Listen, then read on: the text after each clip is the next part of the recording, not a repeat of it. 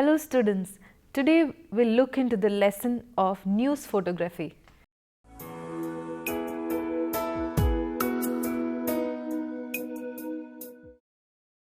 The term photojournalism was coined in 1940s by Professor Cliff Edom of the University of Missouri.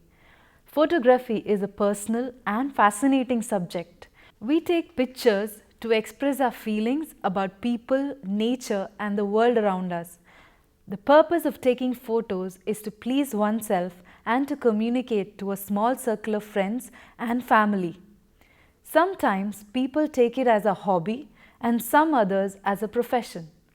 Photojournalism is a kind of photography. It deals with people and events. Photojournalism encompasses a broad variety of word and picture reporting.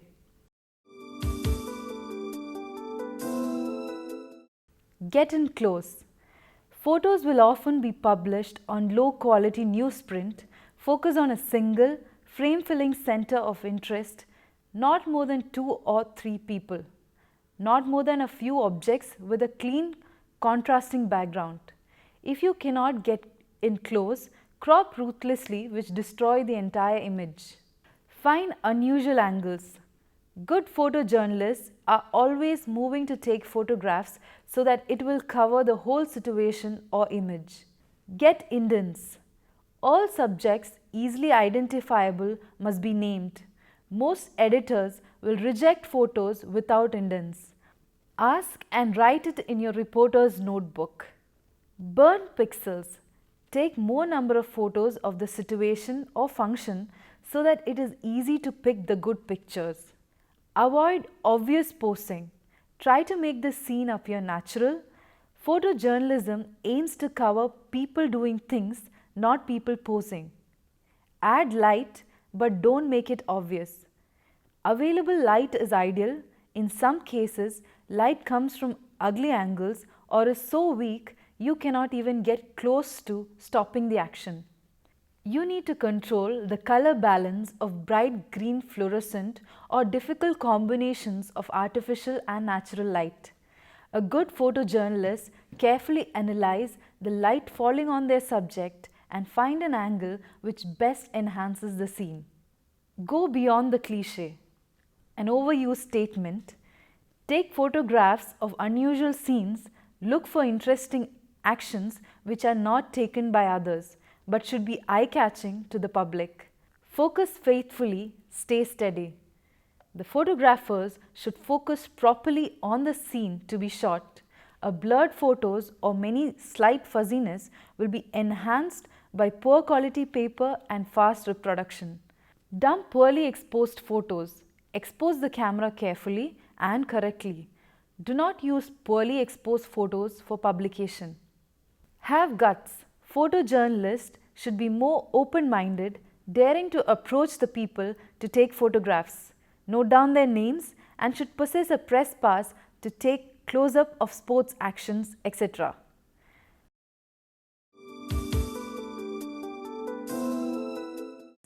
Basic photojournalism job duties cover much more ground than merely taking photos.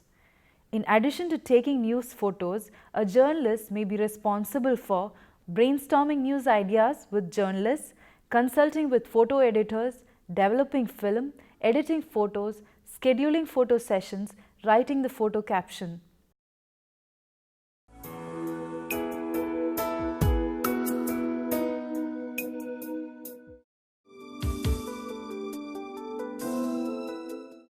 Graphic design is a process of visual communication and problem solving through the use of typography, space, image, and color. The field is considered a subset of visual communication and communication design, but sometimes the term graphic design is used interchangeably with these due to overlapping skills involved. Graphic designers use various methods to create and combine words, symbols, and images to create a visual representation of ideas and messages. A graphic designer may use a combination of typography, visual arts, and page layout techniques to produce a final result. Graphic design often refers to both the processing by which the communication is created, and the products which are generated. Common uses of graphic design include identity, which is logos and branding, publications, that is magazines, newspapers and books, print advertisements, posters, billboards, website graphics and elements, signs and product packaging. For example, a product package might include a logo or other artwork, organized text and pure design elements such as images, shapes and color which unify the piece. Composition is one of the most important features of graphic design, especially when using pre-existing materials or diverse elements. From road signs to technical schematics, from inter-office memorandums to reference manuals, graphic design enhances transfer of knowledge and visual messages. Readability and legibility is enhanced by improving the visual presentation and layout of text. Design can also aid in selling a product or idea through effective visual communication. It is applied to products and elements of company identity like logos, colors, packaging and text. Branding has increasingly become important in the range of services offered by many graphic designers alongside corporate identity. Graphic designers will often form part of a team working on a corporate identity and branding projects. Other members of that team can include marketing professionals, communications consultants, and commercial writers. It is also applied to layout and formatting of educational material to make the information more accessible and more readily understandable. Graphic wayfinding signage systems have become important for large public spaces such as airports and convention centers. These systems often depend on graphic design to communicate information quickly and economically through a color or symbol that can be read and followed from a distance. Such environmental graphic design systems allow people to navigate unfamiliar spaces.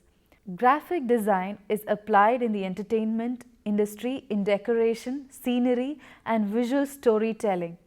Other examples of design for entertainment purposes include novels, comic books, DVD covers, opening credits and closing credits in filmmaking, and programs and props on stage.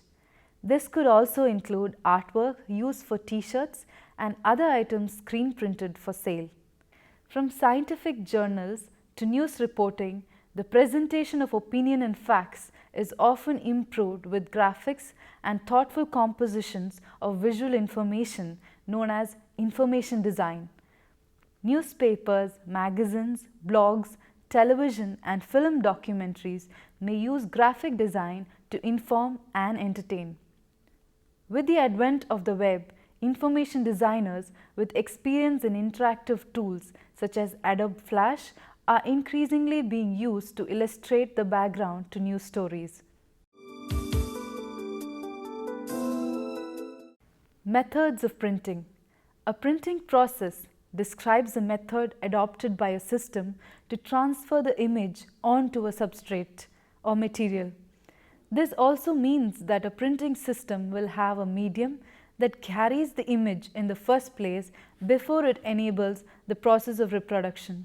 Getting this printing surface prepared is dependent on the printing process. Over the years, many different ways of putting ink on paper developed, and these evolved to be the printing processes.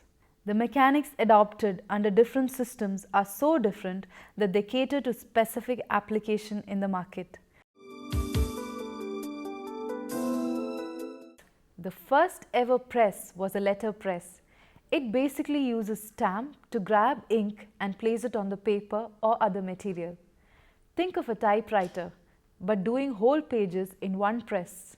Of course, this took long to do as each page was set up before by hand and manually placing these letter stamps in place. As time went on, full page stamps were created instead to make the process easier. Today, however, the letterpress is not used much as it is not efficient and far too expensive method of printing. This method of printing is the most common and oldest used today. It works on the principle that water and oil, which is ink, don't mix. Using metal or polyester sheets called plates, image and non-image areas are burnt onto the plate using light to expose the image areas. This plate is attached onto a cylinder that, as it goes around on the press, picks up water onto the non-image areas. Since water and oil don't mix, when the plate comes into contact with the ink, it only sticks to where the water isn't, our image area. The plate then comes into contact with a rubber sheet called a blanket and it transfers the image. The blanket then rotates around and presses to image into the paper. This is where the offset term comes from. While other methods can be done with offset theories, the offset lithography is so common that when someone refers to offset printing, this is what they mean. This is traditionally used to print labels. If you look at a bottle of POP, the plastic or cellophane label on it was likely done by flexography. It is the packaging industry who primarily uses flexography.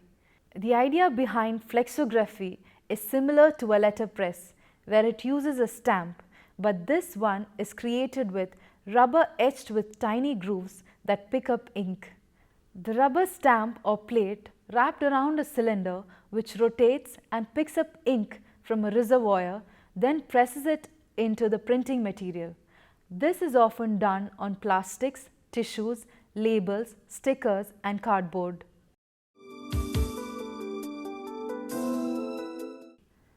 This is a method usually used in printing long runs of magazine. Much like flexography, Gravier printing has a cylinder that picks up ink in tiny etched grooves and places it on the paper. The difference is Gravier doesn't use a plate. Its grooves are actually etched into the cylinder. This allows it to last much longer and can be used for more impressions. This allows it to last much longer and can be used for more impressions before it wears out. This is still a common method of printing. It is often used on all the odd materials. Solid letters on plastics, t-shirts and clothing materials, a lot of signs and other use screen printing. The idea behind screen prints is basically a screened material such as silk or nylon is stretched across a frame and fastened into place. A stencil cut by hand or made electronically is placed over the screen to block out on non-printing areas. Ink is placed inside the frame and scraped across the stencil with a rubber squeegee. The ink goes through the screen and onto the material. There are several ways to do digital printing. Many methods try to reproduce the effects of the previously described styles. There are inkjet, laser and toner, and magnetic digital printers. In inkjet, the ink cartridge holds liquid ink that is released in tiny sprays onto the paper. It makes several dots that, when viewed without a magnifying glass, creates the illusion of your image. Laser and toner method uses a laser to charge the paper in certain areas which will attract toner of CYMK colors to it. It then goes through a fusor which melts the toner into the paper. Magnet works in much the same way, but instead of electrical charges, it uses magnetic ones. It also passes through a fusor to melt the toner on. This is all just touching the tip of the iceberg for each of these methods. This is just a rough summary of what these printing methods are all about. If you are interested in learning more, the internet has all the information you could want about this. Printing is considered the greatest invention of the second millennium and is a major reason why we are where we are today.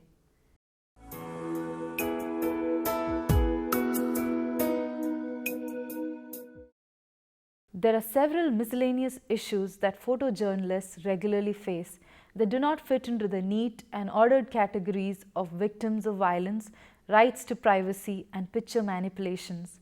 Nevertheless, when a photographer is confronted with one of them, the ethical problems the issues pose can be equally troubling for photographers and editors. Some tips are based on commonly accepted editorial values adopted by most mainstream media, which are accuracy. Keep an accurate record of all you shoot, including time, date, location, circumstances, and details of all the parties involved in the event you are covering. The research for the story behind the images you are shooting should be well sourced, supported by strong evidence, examined and tested, clear and unambiguous. Don't just go for the shocking, sad, and emotionally charged images. To do so might exploit the victims and fail to uncover the cause of the distress. Never accept what you are told at face value. Always check every detail with two independent sources. Always be aware that there will be those who will want to set up an event for their own purposes. Be wary if you are offered an amazing photo opportunity. Be sure that what you photograph reflects the true situation accurately and is not a distortion of reality. On the other hand, never ignore one-off that could reveal an aspect of neglect or harm that has so far gone unnoticed. You don't need to have the whole story behind what you see, but you do need to be totally open, honest, and transparent about what you know and what you don't know. Never follow the pack. They may be being led and fed by those with ulterior motives. Build your own trusted contacts so that you are able to distinguish between fact and spin. Be careful when filming an incident or a subject. When you are not culturally familiar with the background and circumstances, what may seem shocking to you may only reflect one element of a complex story. Don't crop or edit beyond what is technically necessary to display the image. You could distort more than the picture. You will know instinctively when you have crossed the line between editing and manipulation. Never stage manage a shoot to hype up the story. Your job is to report through images what has actually happened. Don't just go for the shocking, sad, and emotionally charged images. To do so might exploit the victims and fail to uncover the cause of the distress. Be careful when filming topics about what you are passionately concerned. You could lose your objectivity and do more harm than good. If you have an interest in covering an event, make that absolutely clear in the text that accompanies your work.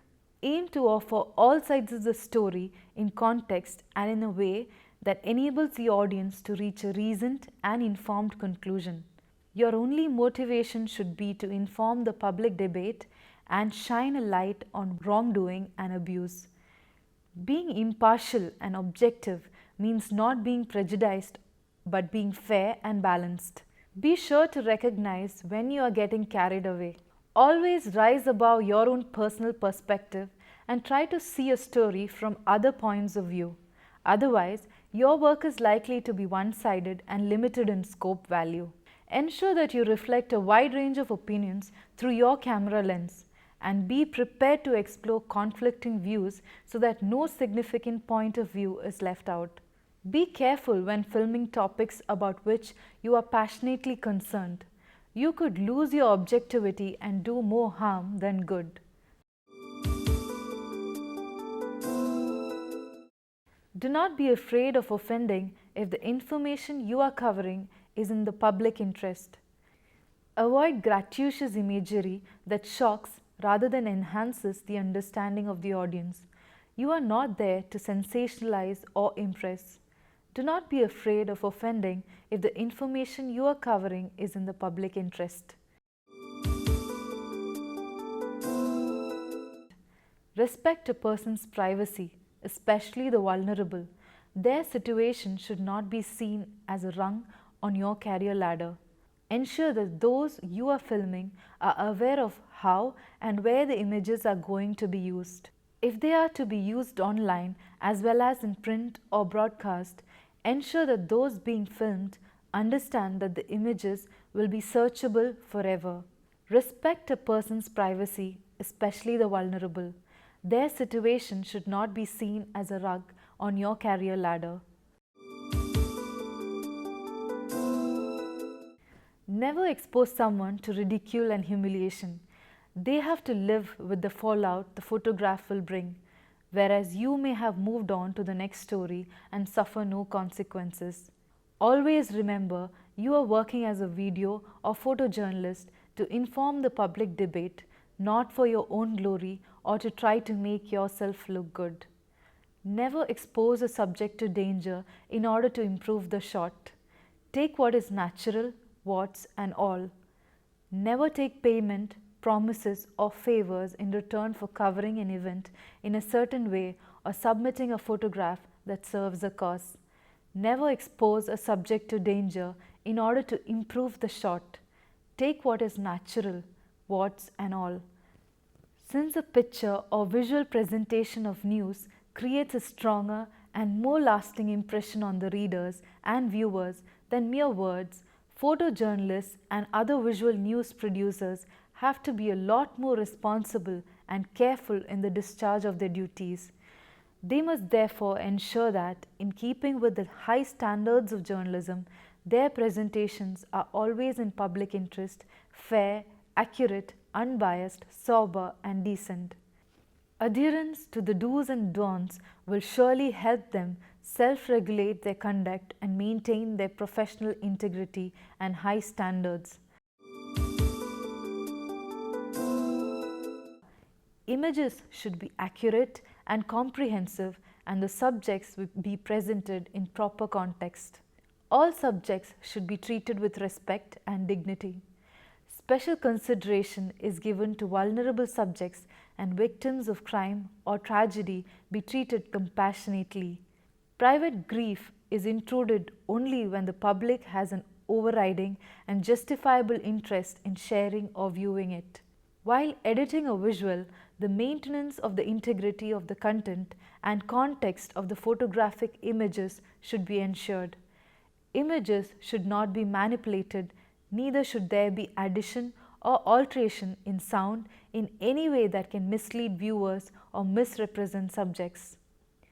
Strive to be unobtrusive and humble in dealing with subjects. The integrity of the photographic moment should be respected. Pictures should not reflect anything that is obscene, vulgar or offensive to good public taste.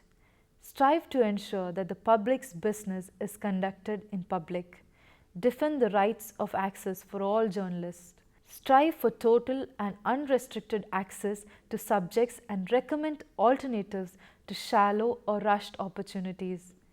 Seek a diversity of viewpoints and work to show unpopular or unnoticed points of view.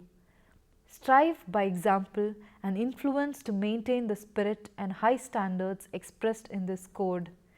When confronted with situations in which proper action is not clear, seek the counsel of those who exhibit the highest standards of the profession.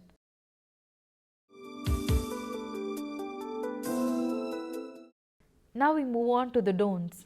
A newspaper proposing to report a sting operation shall obtain a certificate from the person who recorded or produced the same, certifying that the operation is genuine and bona fide. There must be concurrent record in writing of the various stages of the sting operation. Decision to report the sting operation should be taken by the editor after satisfying himself of the public interest of the matter and ensuring that report complies with all legal requirements. Sting operation published in print media should be scheduled with the awareness of the likely reader in mind. Great care and sensitivity should be exercised to avoid shocking or offending the reader. While photographing subjects do not intentionally contribute to, alter or seek to alter or influence events, the privacy of an individual should not be intruded or invaded unless it is outweighed by genuine overriding public interest, not by a prurient or morbid curiosity. While covering terrorist attacks, communal riots, or other acts of violence, do not show mangled corpses or such other images as cause revulsion or terror. Do not get manipulated by staged photo opportunities. Do not accept gifts, favors, or compensation from those who might seek to influence the coverage. Avoid political, civic, or business involvements or employment that could compromise or appear to compromise their professional independence. No payment or material reward should be made to the sources or subject for information or participation. The work should not reflect any kind of biases. Do not intentionally sabotage the efforts of other journalists.